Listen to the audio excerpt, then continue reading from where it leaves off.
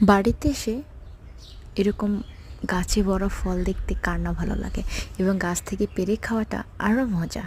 আর এই ফলটা খুব সুস্বাদু, খেতে বাড়ি বেশ মজা। আর যখন বানিয়ে খেতে আরও ভালো লাগে। আমাদের এখানে সবাই কামরাঙ্গা বলে আমরা চিনি। অনেকে অনেক ধরনের নামে বলে, অনেকে অনেক নাম বলে থাকেন এবং অনেক নামে চেনেন, কিন্তু আমরা কামরাঙ্গা বলে থাকি। এটাই খেতে বেশ মজা। এবং ওয়াও, কি সুন্দর গাছ ভরে আছে। যখন পাকে না, দেখতে খুব হলুদ লাগে, এখন সবুজ গাছের পাতার মতো একদম মিশে আছে।